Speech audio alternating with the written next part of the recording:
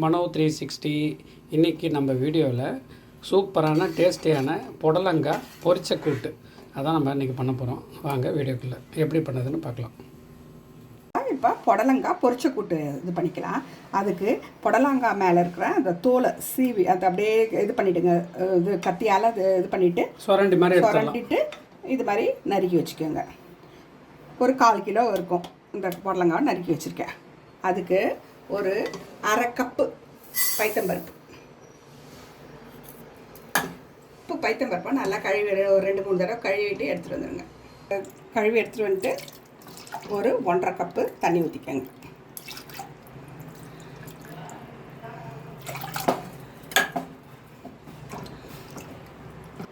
நல்லெண்ணெய் கொஞ்சோண்டு விட்டுக்கலாம். பெருங்காயத்தூள்,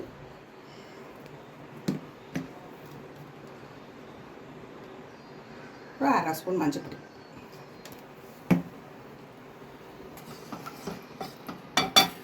ஒரு 2 சவுண்டு விட்டுக்கலாம்.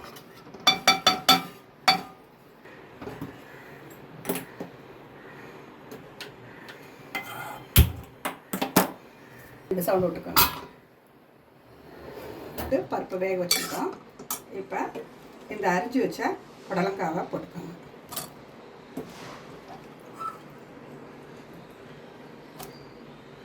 ஒரு 1/4 கிலோ அளவுக்கு புடலங்காவை நறுக்கி இதில் போட்டுக்கிறோம். இது இந்த புடலங்காய் வேகட்டும். அப்படியே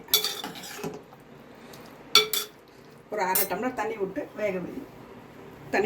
வேக வை.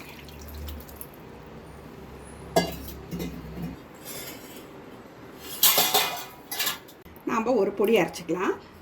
இது பாருங்கள், 1 டேபிள் ஸ்பூன் குண்டு உளுந்து,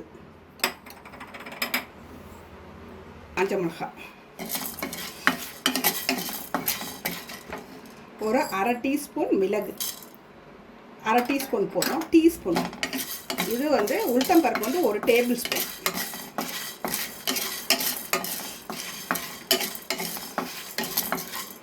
ஒரு 1/4 டீஸ்பூன் சீரகம் போட்டுக்கலாம். இது நல்லா பொன்னிறமாக வறுத்துக்குங்க. வெறும் வாணலியில் ட்ரை ரோஸ்ட் சொல்கிறேன். இதை பொடி பண்ண வச்சதை போட்டுக்கலாம். இப்போ மிக்சியில் போட்டு பொடி பண்ணுறதுக்கு வச்சுக்கிறோம். அது கூடவே ஒரு கைப்பிடி நிறைய தேங்காய் போட்டுக்கலாம். அப்படியே அரைச்சி விடணும். இப்போ தண்ணி விட்டு அரைக்கணுமா? எப்படி? தண்ணி விட்டு தான். ஓகே. 3/4 டீஸ்பூன் உப்பு போட்டுக்கலாம். பாருங்கள், ஓரளவுக்கு நல்லா வெந்திருக்கு. இப்போ இந்த அரைச்ச இது விழுதையும் அதில் போட போகிறோம். எது காட்டு? இந்த தேங்காய், உளுத்தம்பருப்பு, காஞ்ச மிளகாய்.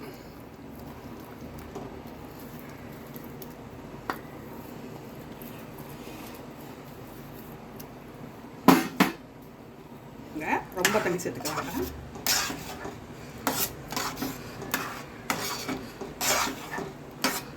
இப்போ இது எல்லாத்தையும் போட்டு ஒரு 5 நிமிஷம் கொதிக்க விடலாம்.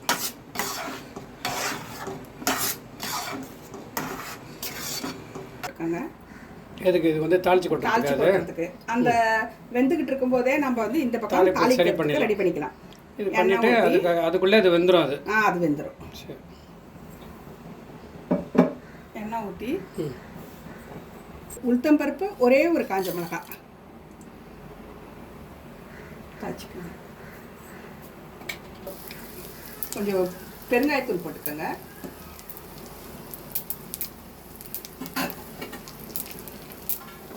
கொஞ்சம் கருவேப்பிலை போட்டுக்கலாம்.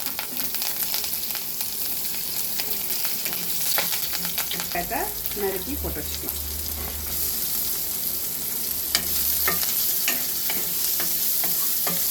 வதக்கி அதை கொட்டிடுவோம். உப்பு போடுறியா? அதுக்கு ஒரு 1/4 ஸ்பூன் உப்பு போட்டேன். அந்த வெங்காயம் வதங்கிறதுக்கு அப்படியே எடுத்து அதை கொட்டிப்பேன். அதுவும் ஒரு 3/4 ஸ்பூன் தானே போட்டேன். இப்போ கரெக்டாகிடும். போட்டுக்கோங்க.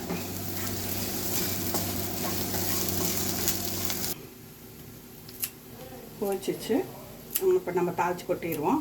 கரெக்டாக இருக்கும். ரொம்ப டேஸ்டியாக இருக்கும். இதை செஞ்சு பாருங்கள். இது ஒரு காரக்குழம்பு வச்சுட்டு இந்த கூட்டு வச்சா கூட ரொம்ப சூப்பராக இருக்கும். தொட்டுக்க செஞ்சு சாப்பிட்டு பாருங்கள். இதை கொட்டிக்கலாம்.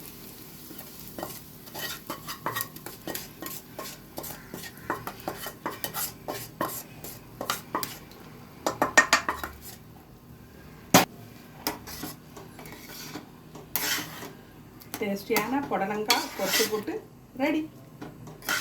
பாருங்க சூப்பராக வந்திருக்கு. இன்றைக்கி வந்து இன்றைக்கி புடலங்காய் வந்து பொரிச்ச கூட்டு ரொம்ப சூப்பராக வந்திருக்கு. நீங்களும் செஞ்சு பார்த்துட்டு எப்படி இருக்குன்னு சொல்லிட்டு கமெண்ட் பண்ணுங்கள். இதுக்கு ஒரு வத்த குழம்பும் கூட வந்து அதுவும் வச்சுருந்தாலும் நல்ல டேஸ்டியாக இருக்கும். எப்படி இருக்குன்னு சொல்லிட்டு கமெண்ட் பண்ணுங்கள், சப்ஸ்கிரைப் பண்ணுங்கள். அடுத்த வீடியோவில் சந்திக்கலாம். பாய்.